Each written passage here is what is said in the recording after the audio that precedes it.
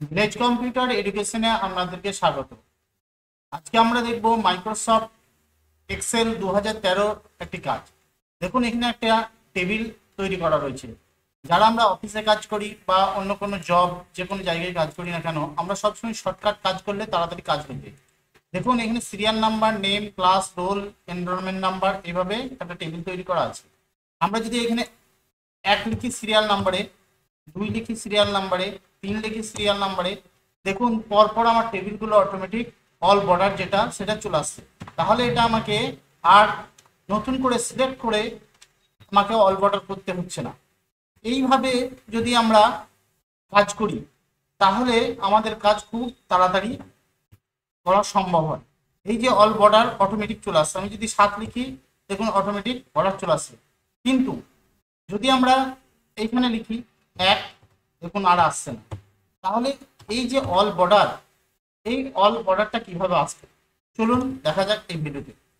এই ভিডিওটা শুরু করার আগে যারা এই ভিডিওতে দেখছেন তাদেরকে অনেক অনেক ধন্যবাদ। যদি ভিডিওটা ভালো লাগে অবশ্যই লাইক করবেন, কমেন্ট করবেন, শেয়ার করবেন, আর চ্যানেলটায় নতুন হলে অবশ্যই চ্যানেলটিকে সাবস্ক্রাইব করবেন। চলুন শুরু করা যাবে ভিডিও।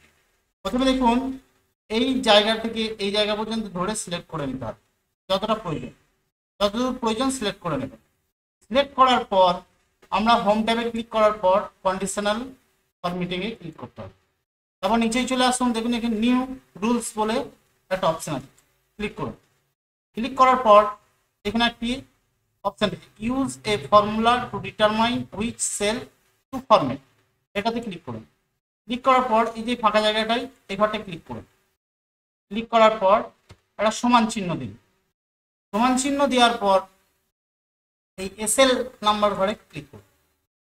ক্লিক করার পর less than greater than click করার পর ডবল ইনভার্টেড কমা দুটো দিয়ে দিন। তারপরে এই যে চিহ্নটা আছে এই চিহ্নটা ব্যাকস্পেস দিয়ে মুছে দিন। মুছে দেওয়ার পর এখানে ফরম্যাটে ক্লিক করুন। ফরম্যাটে ক্লিক করার সঙ্গে সঙ্গে দেখুন এখানে number, font, border, fill option আছে, বর্ডারে ক্লিক করুন। বর্ডারে ক্লিক করার পর আউটলাইন বর্ডারে ক্লিক করে ওকে করুন। এরপরে ওকে করুন।